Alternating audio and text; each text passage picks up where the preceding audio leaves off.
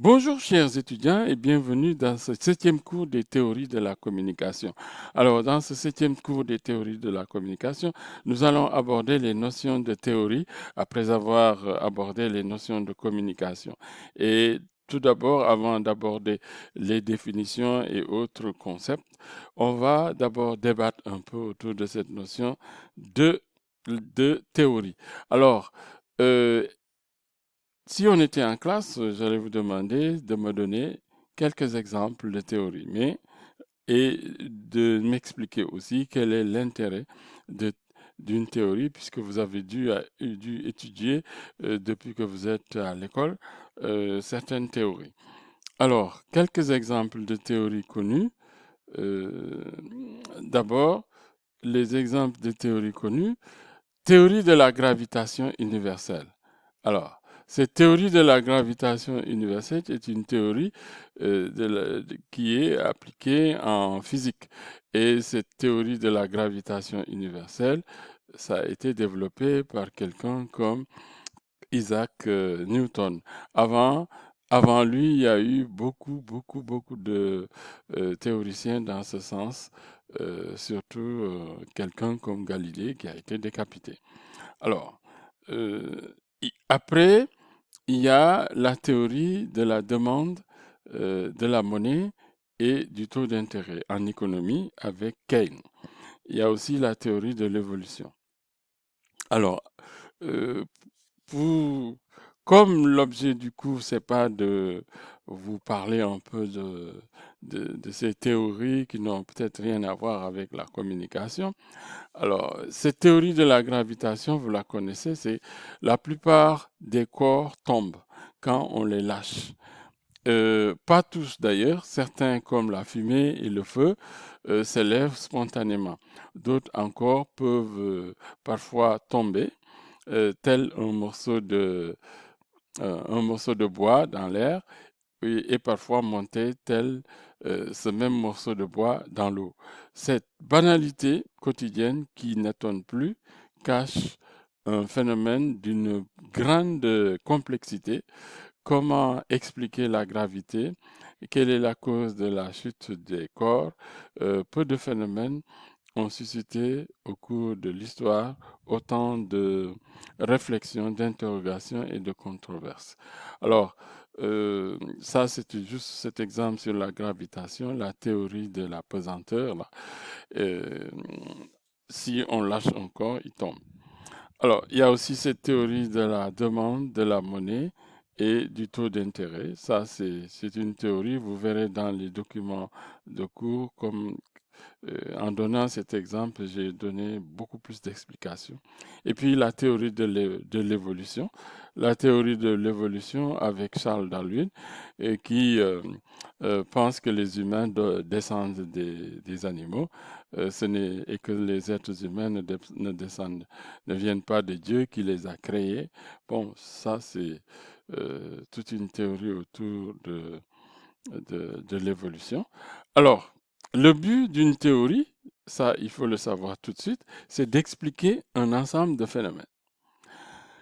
En sciences humaines, les théories répondent à la question pourquoi des individus font-ils ou pensent-ils ceci ou cela. Au sens strict, une théorie est un ensemble de concepts, au moins deux, logiquement reliés. Quand vous êtes dans la théorie, il faut avoir au moins deux concepts et essayer de voir le lien qui existe entre ces deux concepts. Dans cette théorie A, vous voyez ici qu'il y a un concept 1 et un concept 2 et cette théorie a, qui a été développée, on a cherché à voir le lien qu'il y a entre ces deux concepts. On a certaines théories qui sont encore plus complexes. Au-delà de deux concepts, on peut avoir trois ou quatre. Dans cette théorie B, par exemple, vous avez un concept 1, concept 2, concept 3 et concept 4. À titre d'exemple, on peut choisir la communication. François Hellman l'a théorisé et dans sa théorie, il vous dit que la communication, c'est un acte au cours duquel un individu appelé émetteur traduit un fait qu'il va transformer en un message. Il utilise un canal, il le transmet à un récepteur et le récepteur va réagir sous forme de feedback.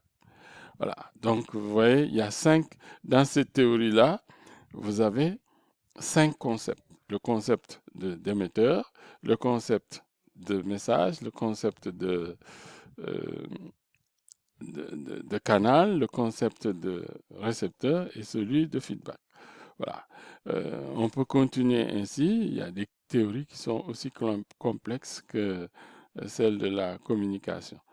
Alors, maintenant, ce qu'il faut savoir, c'est que la matière première d'une théorie, ce sont les faits. On ne peut pas théoriser sur le vide. On a comme matière première les faits. Quand on observe un phénomène, quand on fait des observations, et on peut, disons, analyser ces faits, essayer de comprendre pourquoi telle et telle chose se passe. Les faits sont les données immédiatement accessibles dans l'observation. On distingue parfois deux faits, le fait qui est brut et le fait scientifique.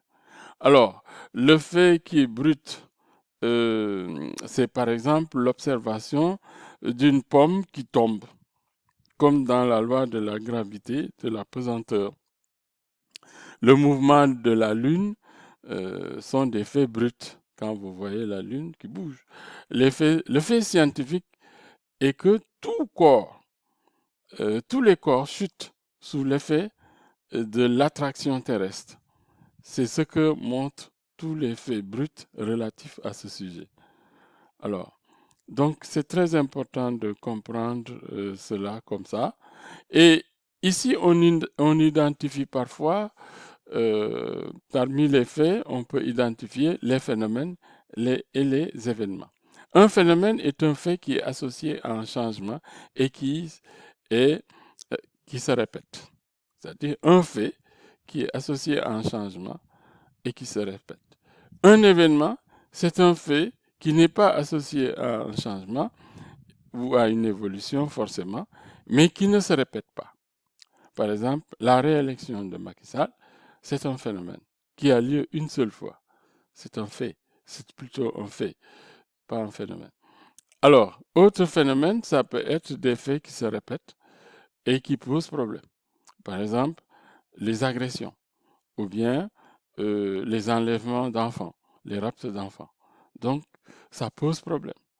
Hein. Donc, vous voyez, on est dans la crise sanitaire et le fait que des cas se répètent un peu partout, ça devient un phénomène, le coronavirus.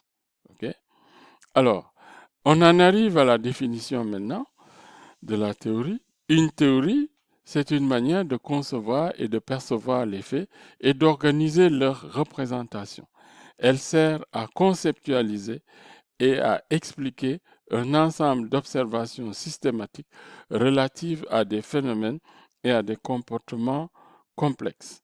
Alors, dit comme ça, ce qu'il faut comprendre dans les explications, c'est qu'une théorie sert donc à décrire, comprendre, expliquer, représenter et prédire un phénomène particulier et un ensemble de relations propres à ce phénomène suite à la vérification d'un certain nombre d'hypothèses. Ça, c'est très important.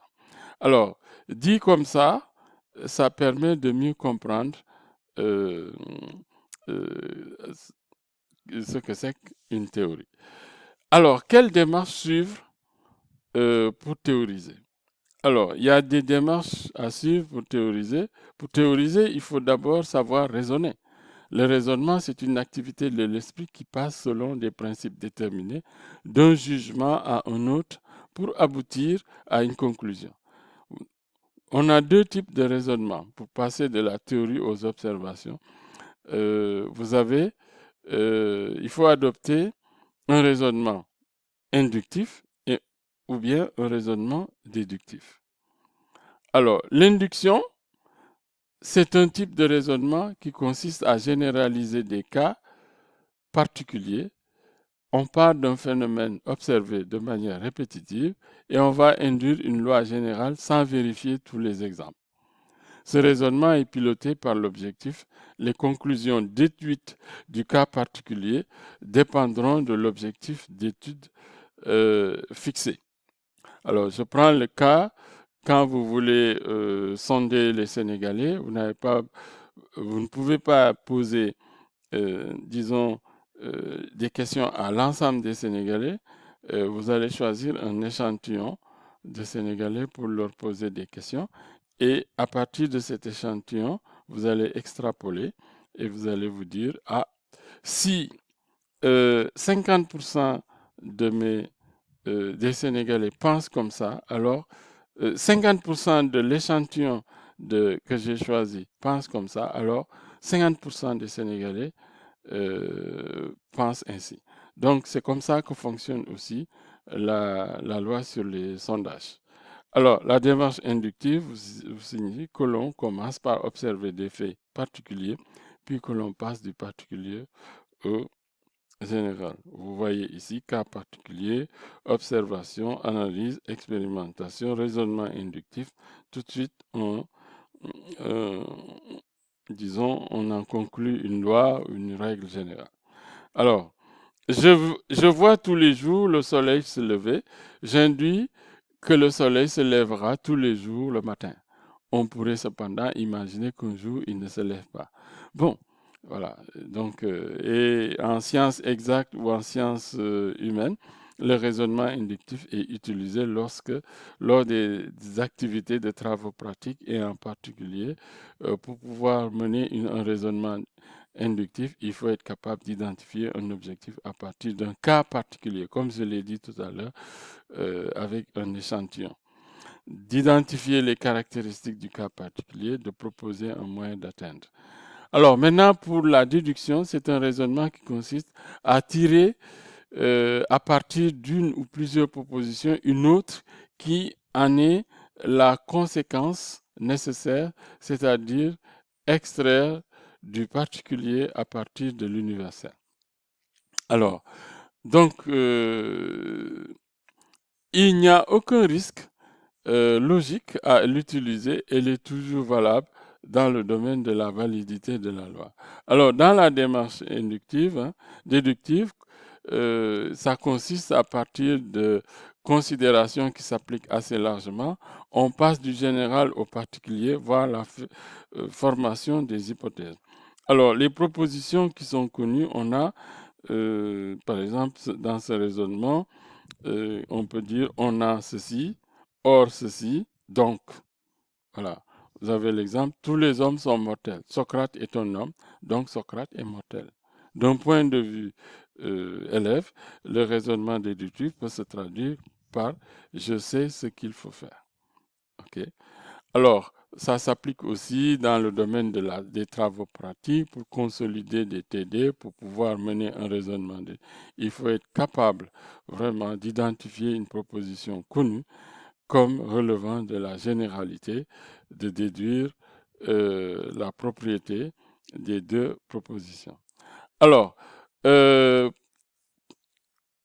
temps file, nous allons aborder la problématique et qui est un ensemble des questions qu'une science ou une philosophie peut valablement poser en fonction de ses moyens, de son objet d'étude et de ses points de vue.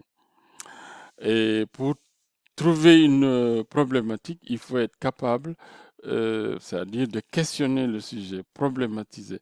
Donc, on utilise la méthode quintilienne des 3 QOCP ou des 5 W, what, who, when, where, why.